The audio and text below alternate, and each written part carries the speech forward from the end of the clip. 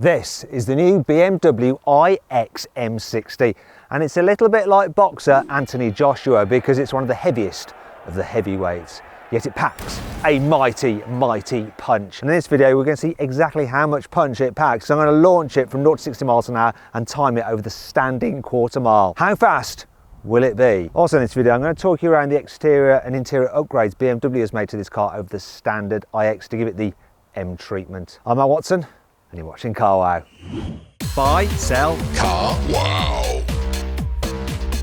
Let's start off this video with the design upgrades that BMW hasn't really been bothered to do with this car over the standard iX. All that you get that's different is this badge here, and then this badge has like the bronze and black. You don't get that on the standard iX at all. They're moving down the side, you get an M badge there. Otherwise, everything you see on this car you can have on a normal iX if you specify M Sport. For instance, these 22-inch alloy wheels, you get them standard here, but you have to pay extra for them on the normal car, but you can get them. The blue brake calipers for the sporty M Sport brakes, they're standard here, but you can select them on the normal iX. Likewise with the front bumper, which is a bit more aggressive, shall we say, with this lower front splitter, you can have that when you specify M Sport on the normal iX. Oh, and you can get laser lights if you pay £2,000 extra on the normal iX. Here on the M60, they are standard. So really, you can make any iX look pretty much the same as this car, apart from those badges.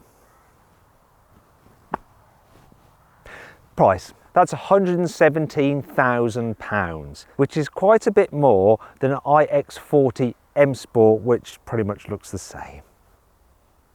Here on the inside, it's a similar story to the outside. So the only upgrades that you get that you can't get on the normal iX, this little M colours on the speed and rev counter. Oh, and you also get some new driving modes, expressive and relax. Other than that though, it's basically stuff that you can get on the normal iX as an upgrade. So as standard on this, you don't have to pay extra for it. You get the lovely bluish leather. You get the goldy accents, which are nice. You also get the crystliness here and here, which I like as well, though it's a little bit jazzy. In the back seats, it's standard iX really, so loads of knee room, headroom, big spacious bench seat, flat floor with lots of room to stretch out for absolutely everybody, really, really comfy. USB ports there and some place to hang a special thing off there. Posh feeding folders on the back seats, big door bins, all quite nice. And while we're at it, look, we've got that with that. That's how I'm going to explain things from now on, just point at things and go that. It's that, there's that as well. Actually, I forgot to mention that. You see, if I press that, then you can see that. But if you think, oh, that's a little bit too much like that, you can press it again and it won't be so much of that and more of that. It's good, that, journalism. The M60 has no changes when it comes to the boot of the car, so it's the same 500 litres that you get with a standard iX, which is kind of big enough, but to put it into comparison, an EQS SUV from Mercedes has 880 litres of space, so that's 76% larger than this boot. So at least you have no load lip, which is handy when you're lifting things in and out. And amongst your 500 litres, there's some storage under there for all your cables. The rest of the features, well, you've got a solid parcel shelf, which is a bit of a faff to remove, and look, you have to remove that one from there. Oh, and store. See? Very much 5 annoying things about this car. Some sportier versions of normal cars tend to have slightly more contoured rear seats to help keep the back passengers in place when the driver decides to hoon the car through some corners. This one doesn't though. It's completely flat, look, hardly any support at all. So the rear passengers could end up going like this when the driver starts having some fun. And this is not fun. I'm not having fun, not like this. You get the idea. Efficiency really matters with an electric car, and unfortunately, because it's got the larger wheels as standard, which are less aerodynamic than the smaller wheels, the drag coefficient of the M60 is 0.27 CD compared to the 0.25 for the standard car. The M60 can make passengers feel like second-class citizens because while the car comes as standard with a massage function for the driver's seat, the passenger, they don't get the massage. Apparently it's not even available as an option. Sod the passenger. The rear windows only go down this far. That's like halfway. But BMW haven't even tried. One of the great things about BMW's M badge cars, not just the full fat M's but the M lights, is that you can always turn off the stability control to have some crazy ass fun. However, there is no button for the stability control in this car, not even in the infotainment menu. How can this car have an M badge? How? However, it's not all bad. Here's 5 cool things about this car. For instance, BMW have fitted it with what it calls an actuator-based wheel slip limiter. So apparently it's even better than normal traction control at stopping the wheel spinning, yet without reducing power, so you can get maximum traction off the line without it bogging down. You know, so you can put in those good 0 to 60 times. Unlike the normal iX, this M60 actually has launch control. It's dead easy to use. You just put in sport mode, left foot on the brake and floor the accelerator. Then you get this eerie tension noise just to add to the suspense. Also, it vibrates the rear wheels to make it feel like the car's shaking, straining at the leash, ready to take off. It's so weird. Feels kind of cool the way it vibrates you. The M60 has slightly recalibrated air suspension to make it feel a little bit tauter, sportier and fun when you're driving on a twisty road. The M60 gets Bowers & Wilkins Diamond 4D surround sound system as standard. So you get 30 speakers, including some in the headrest, and little shakers in the seat backs to make you feel the bass through your spine. Another upgrade the M60 gets as standard is the interior security camera, which sends a live video feed to your phone so you can tell if someone is driving it without your permission. Could be used if someone's trying to steal it, but more likely if, say, your son decides to take the car for a joyride when they're not supposed to. It's very likely. It's the kind of thing I'd have done, so my dad and did do. He just had no way of telling. The main reason to buy an M60 over the normal iX50 is the fact that it's got a lot more performance. So the 50 has 523 horsepower and 765 newton meters of torque. The M60 though has 619 horsepower and 1,100 newton meters of torque, which is insane.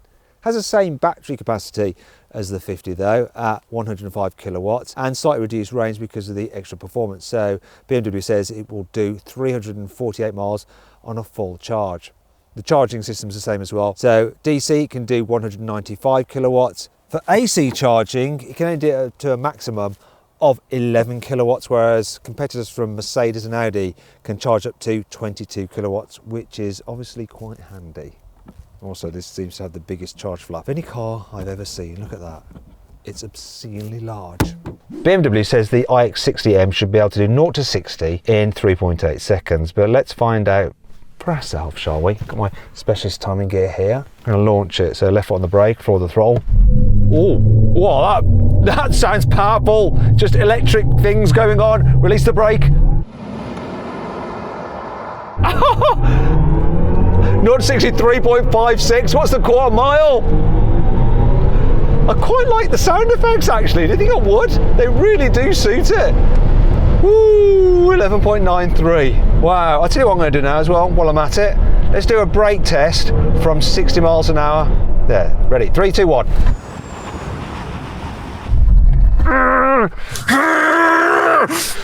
Serious brake test face.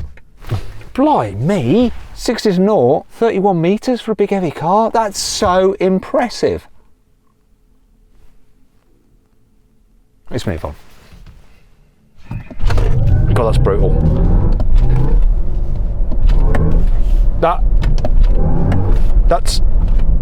That's dangerous. I mean, you could actually hurt someone with the way this thing picks up. Like, if you have a passenger, that would absolutely shock them, and you could give them like reverse whiplash. No, that's actually normal whiplash. I don't know what I'm talking about. See, it's already affecting my brain. Look, I'll show you with this. It's the classic Matt Watson dangling mic test to show you acceleration. You ready? Watch this, watch this. So just tooling along. Ow.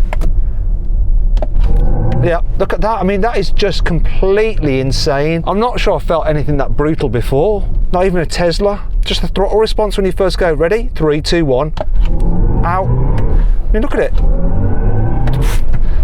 This thing is crazy. Actually, let's see if this pony does have a few more tricks up its sleevey, wheel archy, whatever, hoof, I don't know. I'm gonna drive it on a twisty road. Still in sports mode, so that's keeping the suspension firm. It's not that firm though. Hopefully it shouldn't lean too much in the bends. Hey, goes around all right. Surprisingly so, actually. Whoa! Wow! It's all right, you know. Oh my goodness! I can feel the stability control kind of like limiting the throttle I can have. That is more fun through the corners than you'd imagine it would be based on just the look of it and the size of it and the weight of it. And of course when I'm braking as well, I'm recouping lost energy and put it back into the battery, and so it's all very kind of like carbon neutrally. Brilliant. Whoa! Oh, and the punch out the bends. That's epic. There is one thing about this noise that this car makes, and I think I need to change gears just by the way it sounds like you're revving up an engine. Obviously the engine on a spacecraft. I can't believe the grip it has, and the traction is so good. Whoa! Right, I'm going to back off. So what I'm going to do now is try a different mode. I'm going to go into efficient. Now it's silent. The suspension has got softer. The motor response is more subdued. It's more chill. Yeah, the car's leaning a bit more in the bends. Let's try a different mode. So let's go for expressive. What's that going to do? What the heck was that noise? What noise is that? It's like you got about 10 people on a 1980s synth just playing a bunch of chords together. I have no idea what chassis or throttle response settings I'm in with expressive because I'm too busy focused on the noise.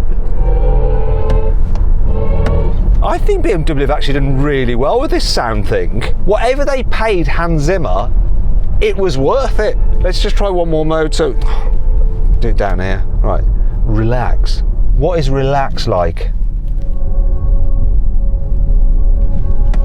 Do you know what? That's the noise that plays inside my head whenever I step into an empty church. Slightly spiritual. So this is probably the most I've ever talked about the noise a car makes, even including all internal combustion engine cars. What is going on with the world?